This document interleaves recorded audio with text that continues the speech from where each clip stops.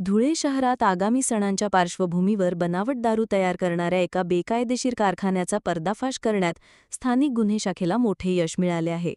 Police अधीक्षक श्रीकांत धिवरे यांच्या निर्देशानुसार ही कारवाई करण्यात आली. स्थानिक गुन्हे शाखेला मिळालेल्या गोपनीय माहितीनुसार धुळे शहरातील सहजीवन नगर येथे गणेश नारायण निकम वय 52 याच्या घरात हा कारखाना चालवला जात होता.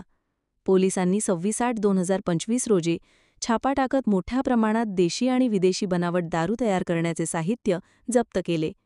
जप्त करण्यात आलेल्या साहित्याची किंमत अंदाजे 1,68,090 रुपये आहे. या कारवाईमध्ये पोलिसांनी घटनास्थळी दारू बनवण्याचे रसायन, उपकरणे आणि इतर साहित्य जप्त करून कारखाना उद्ध्वस्त केला. आरोपी गणेश निकम याच्या विरोधात धुळे शहर पोलीस ठाण्यात मुंबई दारूबंदी कायद्याअंतर्गत गुन्हा दाखल करण्याची प्रक्रिया सुरू आहे.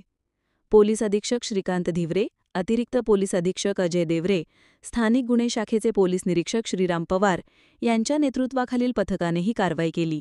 या पथकात पोलीस अधिकारी अमित माळी, मच्छिंद्र पाटील, हेमंत बोरसे, प्रल्हाद वाघ, योगेश चव्हाण, शीला सूर्यवंशी आणि हर्षल चौधरी यांचा समावेश होता.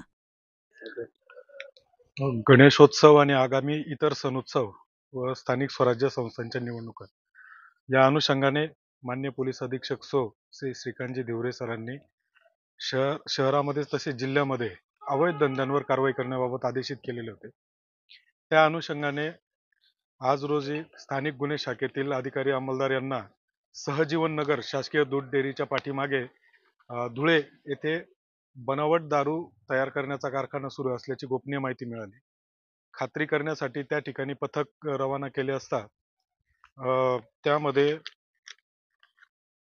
संशयित गणेश नारायणराव निकम, सहजीवन कॉलनी राहणार, हा त्याच्या स्वतःच्या राहत्या घरामध्ये स्पिरिट तसेच इतर साहित्य, दारू बनवण्याचे इतर साहित्य, मशिनरीज असं तो ठेवून आणि त्या ठिकाणी दारू बनवत असल्याचे निदर्शनास आले.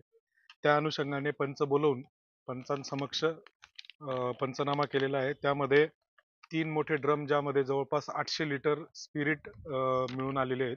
त्याचप्रमाणे वेगवेगळ्या ब्रँडचे झाकण जे पॅकिंगसाठी आवश्यक असतात ते मिळून आलेले आहेत. पॅकिंग मशीन मिळालेले आहेत. त्यानंतर दारू बनवण्यासाठीचे इतर जे रसायन आहेत, जसं कलर आहे, त्याला स्मेल येण्यासाठीचे जे काही लिक्विड आहे, असं सर्व सामान आपण त्या ठिकाणी जप्त केलेले आहेत.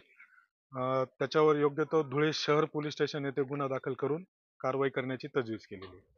किती रुपयाचा मुद्देमाल आपण जप्त केला? हा आतापर्यंत अंदाजे जवळपास 3 ते 4 लाखाचा मुद्देमाल असण्याची शक्यता आहे. त्याचा पंचनामा करून गुन्हा दाखल केल्यानंतर सविस्तर माहिती मिळेल अजून.